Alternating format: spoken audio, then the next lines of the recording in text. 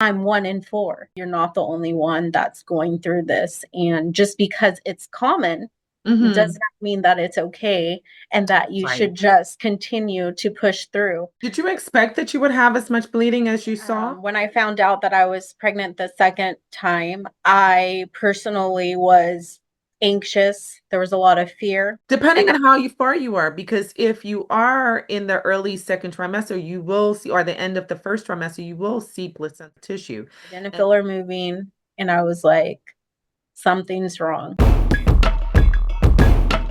as common as miscarriages are, you would think that there would be more support, more empathy, and certainly more resources readily available. Yet these conversations are rare, leaving women feel grieved, isolated, and sometimes even ashamed. Join us today as we have the very difficult yet necessary conversation to answer all of your questions: what to expect, treatment options, how to recover, with our special guest Trinity Brown as she shares her personal experience and how she is helping others through their journey. Thank you for watching it, and don't forget to do what? Click subscribe.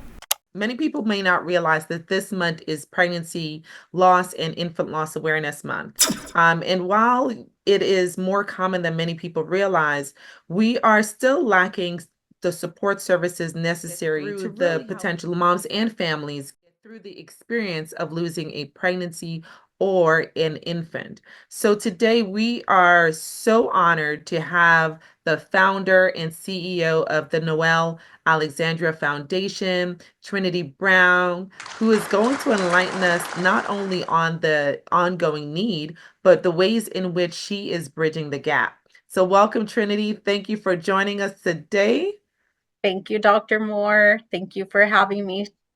So, how important is this topic? It's very important to me. I personally didn't even understand, how important this topic was until I was personally impacted by it. The need that is, well, the lack of resources and the need for the families to understand what pregnancy and infant loss, the lack of education on it, and how often families experience it was, very enlightening to me.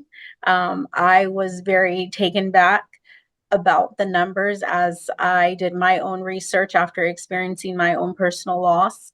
And so it is very important, not only just for families that have gone through it, but for those to understand the education and behind it, how um, the stats of families, being impacted by pregnancy and infant loss, from miscarriages to stillbirths to accidental deaths, birth defects, SIDS, on Mm. and on. There's so many different ways that families are impacted by pregnancy and infant loss. After you unfortunately had your own experience you were sharing with us, what did you realize about the numbers in terms of how common this is? So prior, I had a miscarriage at 13 weeks. I didn't really do much research because, as it is in our culture, is like, Mhm. oh, it's common, it happens to people, but I didn't know how often it happens to people. And I went along with what society and culture says about miscarriages, like, oh, well, you weren't that far along. And, even though I was still impacted by it, and many people don't realize that even though you're 13 weeks, I didn't have a DNC, but I actually had what they call a misspelled abortion. They give you the pill, and you basically go into labor Mm-hmm. Mm-hmm. at Very home, much so. and your body does the full contractions and everything. And I did all of that at home, and Mm-hmm. that was also very surprising and alarming to me. Um, Mm-hmm. I was told that I wouldn't be able to see my baby.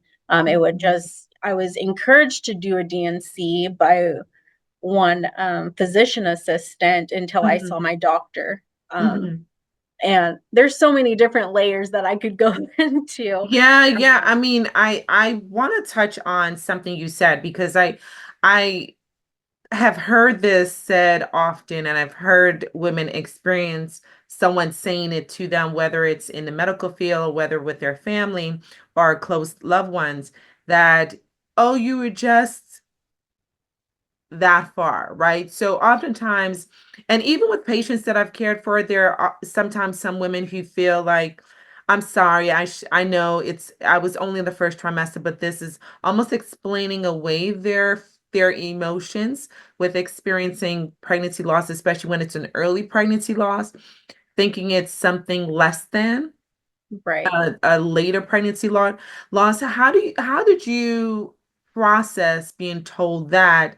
And now, after supporting other women through their own journeys, what would be your response to someone who either downplay or in some sense underestimate their own emotions with loss, when it's an earlier pregnancy loss versus someone who may have been told by family member or friends it was only a first trimester. It happens all the time. So for me personally, and what I tell my support group members and families that I educate now is, don't minimize that, because even though you may push it down, and that's what I did, I pushed it down.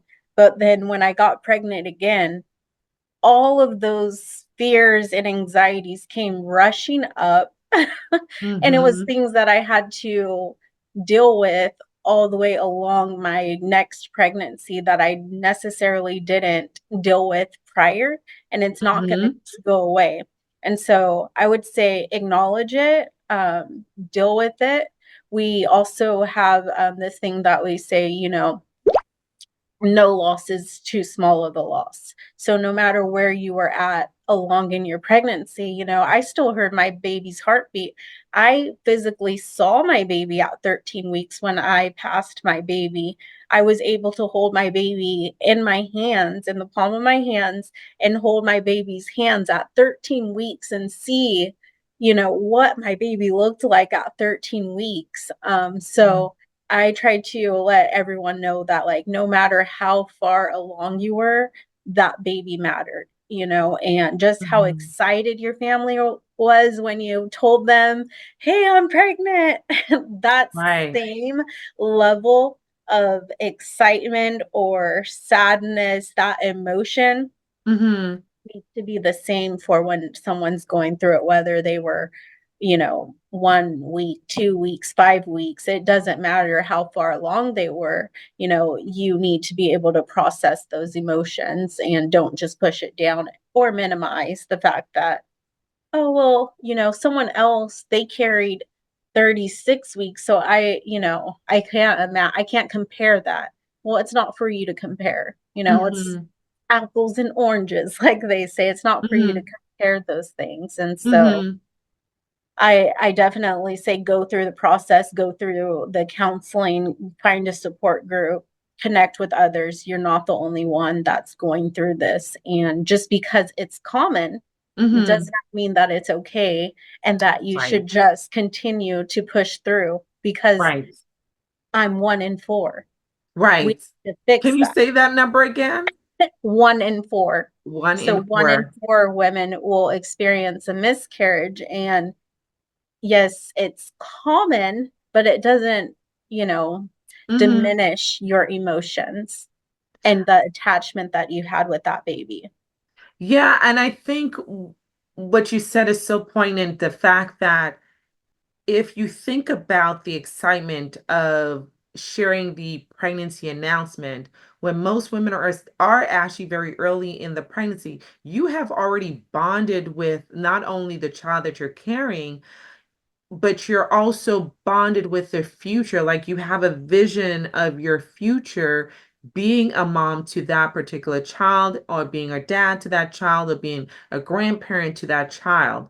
And so that emotion of excitement is one of such great elation that if you correlate that, you could understand the disappointment, the hurt, the sadness that can come with someone losing a pregnancy, even in the earliest trimester. Um, Absolutely. one of the things that you shared, which having some women come back and say, that was not what I expected it to be. So, the expectant management, you were sharing that there are various ways in which we treat a pregnancy loss. Um, focusing first on the early pregnancy loss, where some women do have the option of having expectant management at home, are given instructions so that they know when it's unsafe, when you do need to seek medical attention, but with the expectation of expelling the pregnancy or passing the pregnancy at home. Take us through what your expectations were before you were given those instructions, if you don't mind, and then how you felt actually going through the process at the time. So, to be completely honest, my expectations were I found out for my miscarriage, I found out I went in for my 13-week checkup. It was 12 weeks, but they couldn't get me in. So I Mm-hmm. got in at 13 weeks. Mm-hmm. And so we went in and to do an ultrasound. This was going to be the second ultrasound that we had. And that's when I found out that my baby no longer had a heartbeat. Wow. I Wow. wanted to wait to see my doctor Mm-hmm. because the physician assistant that I seen at that moment in time was encouraging me to do a DNC. Mm-hmm. I told her I wanted to go home and think about it. It was a Mm-hmm. lot. It was heavy. Mm-hmm. Um, Mm-hmm. and I was wanting another ultrasound because I just couldn't believe I was in denial and Mm-hmm. shock that this was actually happening. Mm-hmm. And so I saw my doctor like 2 days later. She did another ultrasound and she confirmed that I didn't have my A baby heartbeat. have a heartbeat. Okay. After that, she broke down to me, and I was very thankful of Mm-hmm. her explaining the difference between the DNC and me taking the what's considered the abortion pill Mm-hmm. at that early stage. And she was explaining to me that as a woman of color and going through the DNC process at that young of an age, she was saying that there could be scar tissue and things like that that could happen. She explained to me also that doing the pill would also Mm-hmm. be very painful and would feel like a very bad cramps. So I'm Mm-hmm. like, okay, well, I'm Mm-hmm. weighing out my things and I'm like, well, I don't want to be put to sleep. I don't want them, going through my uterus, scraping the walls of my uterus. Mm-hmm. And so by the time I got home, I took the pill. I'm like, okay, I've had bad cramps. This was beyond bad cramps. Yeah, I've heard several women say that. it Yeah. was it was labor. I mean, Mm-hmm. your uterus is contracting because Mm-hmm. you are, trying to expel the baby. And even though the baby's not that big, your Mm-hmm. uterus is still going through everything. Um, and so there's lots of bleeding, there's, lots of cramping. Did you expect that you would have as much bleeding as you saw? I did not. I did not expect to have the amount of Mm-hmm. bleeding. I didn't, they did inform me that there would be clots, you know. Mm-hmm. Mm-hmm. However, they did not tell me that I would still have to pass the placenta. And so that was alarming because I had Mm-hmm. already expelled the baby. And Mm-hmm. later I had I don't want to get all details, but I had Mm-hmm. some I This don't is what know. I think this is what helps women because a lot of women, and I appreciate you being so open and transparent with sharing the details of your experience because I think especially for a woman who's going through it the first time, who may not necessarily be ready to share with others because when you share with your loved ones, you also take on the grieving of the loved ones. You know, they go through a Absolutely. grieving just as you do, and sometimes you don't feel ready yet emotionally to even process your own experience, needless to say, to process the disappointment of others. So there are a lot of women who go through this experience by themselves and they don't have someone to talk to. So I love the fact that you're sharing these details because I think it'll feel like you are that friend that they are talking to who's been through it before, who now they can listen to your experience and have a more realistic expectation in terms of what they may experience. Because some people have You have a diversity experience. Some people will say, oh, it's just mild cramps. And other people will say, it feels like what you're saying. It felt like labor to me. Some people will say, oh, my bleeding wasn't that bad. It was like I have a period. And some would say, I felt like I was hemorrhaging. So it's really important to hear the diversity of experiences so that people aren't as terrified or Right. with experiencing. I thought it was the placenta or and Depending on how far you are, because if you are in the early second trimester, you will see, or the end of the first trimester, you will see placenta tissue. And if you are in the very early first trimester, you will see just what we term products of conception, which I don't know who came up with this term, but this is what we use, right? Products. But it's pathologically termed products of conception, clinically termed fetal tissue. And it may not necessarily look formed like your experience was, so you were a little bit further in the pregnancy.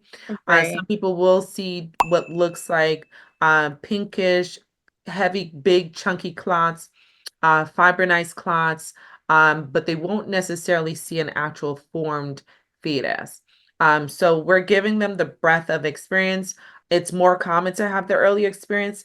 It's not as common to have access to information about what is it like to have an early second trimester or a late first trimester loss. That's the uncommon conversation. right. And so for me, I was able to see the actual fetus as Hmm. one.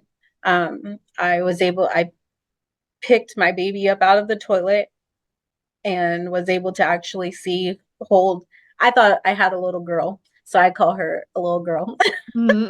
And Hmm. so I was able to like hold her little hands and look at her little nose. And then later on, that's when I passed the additional tissue that was a ball of Hmm. like vein. It looked like Yeah, veins. like placental tissue. Yeah. Yeah. And it was just hanging. And Hmm. so I was so nervous to pull because I didn't know Right. what Right, I because you didn't was expect this doing. initially, right? And so here is an unexpected part two, and you're like, wait, what Exactly. do I do with this? What is this? What internal organ is coming? And it is an organ. What internal organ Absolutely. is coming out? So yeah, no, I would say the same. Like, what? Wait, there's an organ coming out, right? Exactly. So, no one else in my family had experienced no one I knew had experienced Hmm. anything that was that close to me at that late. And I'm like, Mom, what do I do? It's 4th of July. My doctor's office is closed. Oh wow. Hmm. And I'm like, do I pull this thing out or do I like what do I do? And I'm just Right. like, oh God. And I I yank it and Uh-huh. it comes out and I'm looking and I'm just like, I'm amazed at like God's creation, but sad at the same time, Yeah, like yeah. Hmm. how is all this forming in just 13 weeks? Hmm. And so that was my process of, my early Your early loss. loss. Yeah. And um, I went right back to work. I got a doctor's note. Oh, can we talk about that? Uh-huh. You can go right back to work tomorrow. Wait, what? Hold up. Yeah, Like, okay. So listen, there's so many different things I want to talk about. I'm trying to brace that's why I said myself there's so many layers.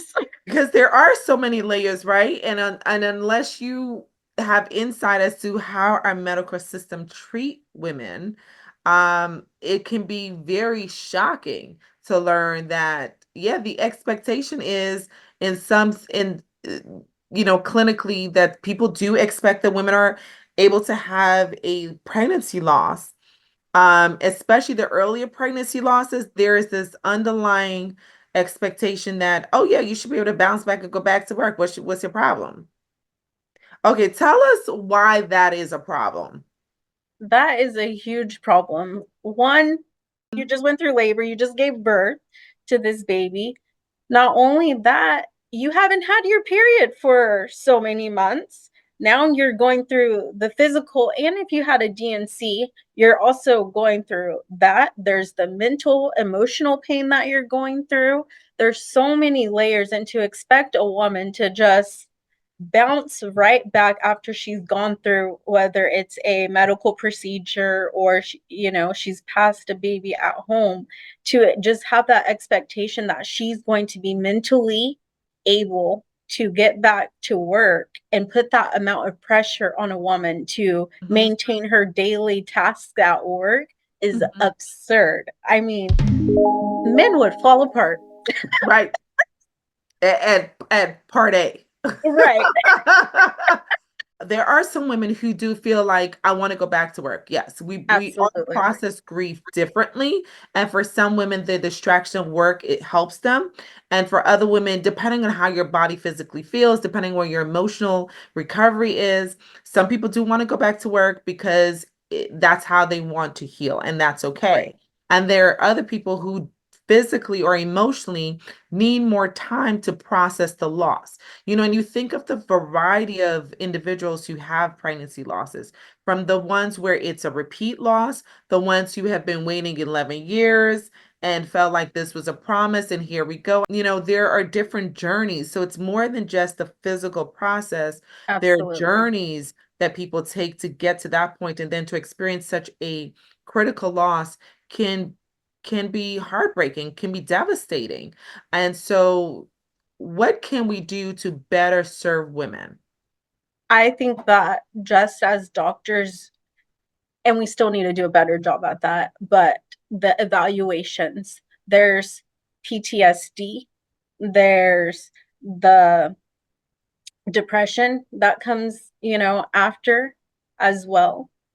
Just as if you were to have a normal baby, we all know about postpartum depression Right? that comes into play. So why are, no matter where your loss is, why are we not getting the same evaluations to make sure that you are mentally healthy and stable, and you're getting the right referrals and resources to help you cope? And I don't think that, not only is it not happening, from the doctors at work, it's also not happening in the doctor offices. We've Yeah. been conditioned to say, oh, it was just this early. Okay, you can go back. You physically, you're okay. But we're stopping to find out, like, are you mentally okay? Are you emotionally okay? What does that look like? And I think that's, after any point of loss, I think that is where we as a society need to come in and do more evaluations to make sure. We know that 20% of maternal deaths are caused by suicide. Hmm. Why would we think that that would not happen at 10 weeks, 5 weeks, Very excellent especially point. depending on where we're at, far as, like you mentioned, this could have been their third or fourth loss. They could have been waiting for 11 years, 12 years to have this baby, and then it's, devastating, it's heartbreaking. Their Hmm. marriage could be on the brink of, divorce, because it could be financial strains attached to it, because maybe they've been trying to get pregnant through IVF, Right. surrogacy. Right. There's so many different things, that layers that can impact a family financially and emotionally, that we are disregarding, and it impacts, families tremendously, not only the women but the men as well. Hmm. Hmm. You said so many things I want to touch on. Oh my gosh. I Oh, know, sorry.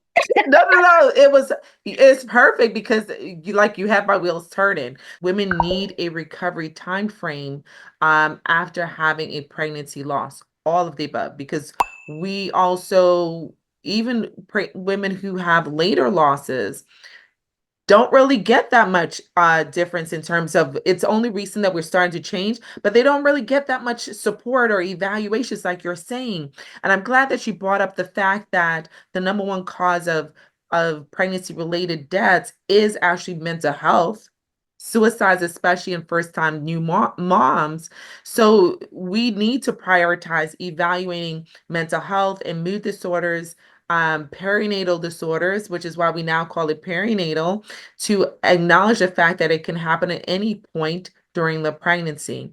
But to your point also, the similarly, we have to acknowledge that all the other complications of pregnancy related deaths and maternal mortality can happen as a result of the same type of issues you see with a full delivery, right? So hemorrhage, excessive bleeding, infections, are a cause of pregnancy related deaths as a whole. And it doesn't matter whether you're first trimester or whether you are term and delivered. It is still the same types of risk, which I think, and I'm not going to go too deep into the current legislation, and but I think this is why people are startled to hear about the unfortunate deaths related to women who are, restrained from having their choices of how they want to treat their pregnancy.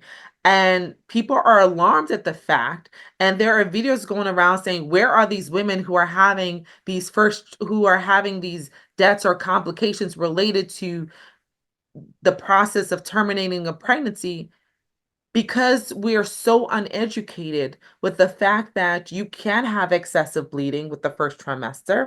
There are many women who can share with you that even though they survive because they had to have blood transfusions, may have been in the ICU. And I think the more we educate the public about the fact that these things happen at any point during the pregnancy, perhaps we'll make better decisions about laws and support systems and policies so that women get the help and support that they deserve. So you had a second loss also. You shared, you were kind of mentioning that. How was that second loss different from the first loss, either in terms of and you can speak on that on any aspect, whether the physical difference, the emotional difference, because now you've had a loss before. So how did you process this second experience for women who are out there who are in that less common group who have repeated pregnancy loss?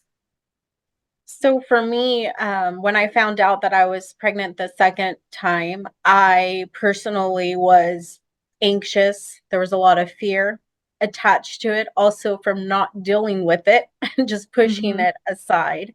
So there was those emotions on top of, like I said, the fear and anxiety of, am I going to lose this baby? There was also the trying to not attach myself completely to wanting to bond with my baby because of the fear of possibly losing the baby again and going through that whole grief and process, Mm-hmm. not wanting to tell family and friends about it.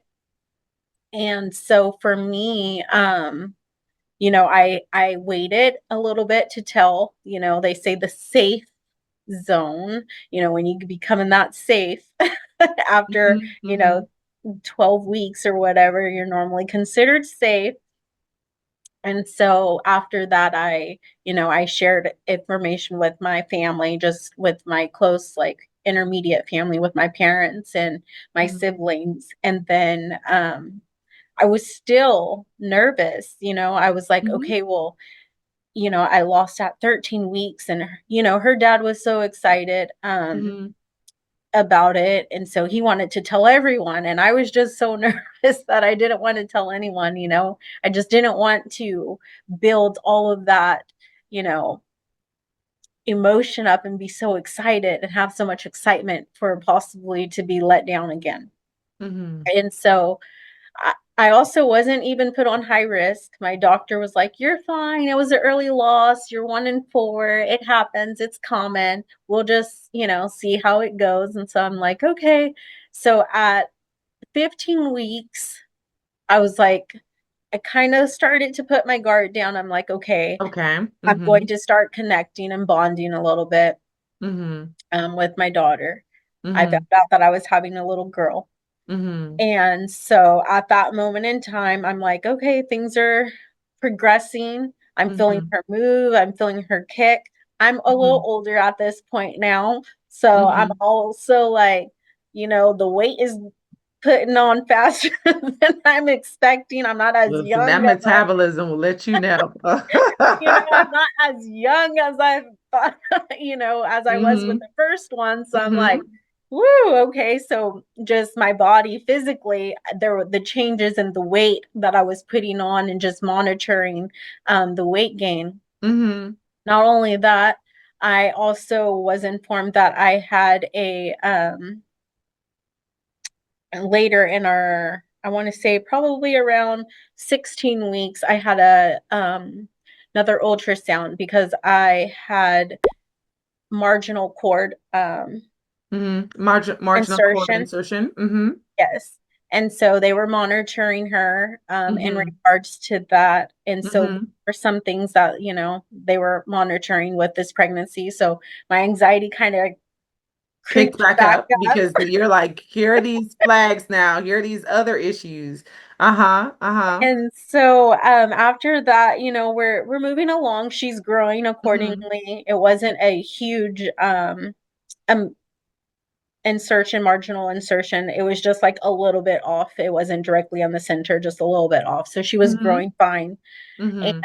And we were planning, we had named her already. Her name is Noel Alexandria. Mm-hmm. And we began to, get her nursery together. We had our baby shower, we had all of these things. And we went to our baby steps class, and me and her dad, and we were doing all of these things. We're Mm-hmm. preparing for her to come home Mm-hmm. at 36 weeks. That's about 36 weeks and 5 days. It was about a week and a half after we had our baby shower. I did Mm-hmm. her moving. And that's when I knew at that point in time. I woke up, I didn't feel her moving, and I was like, something's wrong. I told her Mm-hmm. that something is wrong. Mm-hmm. And he is just like, no, maybe she's just sleeping, so I'm drinking ice cold water. Mm-hmm. She's still Mm-hmm. not moving. At Mm-hmm. this point, we're both big, me and her. Mm-hmm. Mm-hmm. So I'm Mm-hmm. like, there's not much space for her to go. I'm 5'1". I'm not, I'm stretched Mm-hmm. out. Mm-hmm. Mm-hmm. Mm-hmm. So I'm like, something's wrong. And Mm-hmm. it's when I found out, we went to the hospital, and later that day we found out that she no longer had a heartbeat. And I Wow. was later induced that day. And I went through another labor and delivery. Mm-hmm. Mm-hmm. And yeah, it was, Wow. Whew, so much to unpack. So much to yes. unpack. Like I said when I in the beginning when I said I'm honored to have you here, I truly meant that because it's really an honor to sit with someone who's willing to share for the sake of others such hard experiences. Did you process the loss any differently? We hope that you will join us for part two of this very powerful story. Find out how Trinity is turning her pain into purpose and the revelations that she's had as a result of her experiences. Make sure you join us as you learn more about her foundation and how they are helping other families cope, heal, and recover. We thank you for joining us, and we'll see you next time. How can we find you? So you can find us on social media. We're on Facebook and Instagram.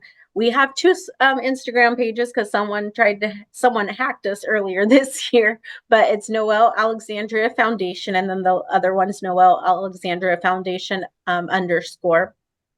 We can also find us on our website, noelalexandriafoundation.org. And same for Facebook, it's Noel Alexandria Foundation. We're also on, what is it, Twitter? Mhm. I don't know. Whatever LinkedIn. XYZ we call it Yeah, nowadays. Noel Alexandria Foundation. You can find us there. We are also available through email, through, text messaging. Our families, they text us. It doesn't matter the time, day, or night. I mean, we are there. Even I have healthcare providers that will text me and say, hey, I just had a family that went through a loss. Can you help me? I have a new nurse on staff. She needs resources, or um, contact us. I mean, my phone is with me 24/7. The foundation's number comes directly to me after hours, even during hours sometimes. And Mhm. so I'm very responsive. Even if you just have questions, reach out to us. We're able to help and assist any way that we can. And everyone's healing journey is different. Mhm. Everyone's not going to be like me. Everyone's not going to start an organization or a foundation Mhm. or, Mhm. and it Mhm. may take years for people to start their healing journey, and that's okay too. We just need to be cognizant of what it is that they want and be respectful of their decisions of how they want to go through their healing process. I'm glad you said that because I wanted to ask you before we go, if I had a loss 10 years ago and I'm realizing I haven't healed through that loss, can I still reach out to you guys? Absolutely. We've had families that have had losses like 17 years ago, and there was nothing there. I mean, Hmm. my Yeah. daughter's 7, there was no resources. So we've helped families with headstones for people who, experienced loss years ago. We've helped them with that as well. We've helped them with they've attended our support groups. We recently started something this year here with some of the local cemeteries, and we did a flag placement, a flag tribute at the local cemetery. So then families are also aware we're honoring those babies that passed away at the cemetery. So those flags are up for the whole month. So if there's things like that that you would like in your city, or that you would like to start, or you're 10 years ago this happened to you, or 17 years ago, reach out to us. You can still join us. You can be a part of it. We don't turn anyone away. Okay, And be we're careful here. when you say that though, because we have an international audience Yes, yes, and some of absolutely. them may take you at your word.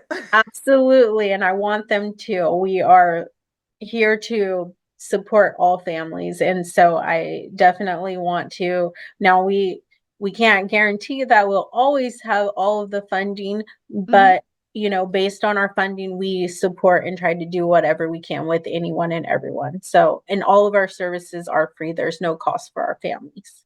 That is wonderful. Listen, when I tell you she's doing the Lord's work, listen, she done had our conversation with Jesus. They're out here doing the Lord's work, okay?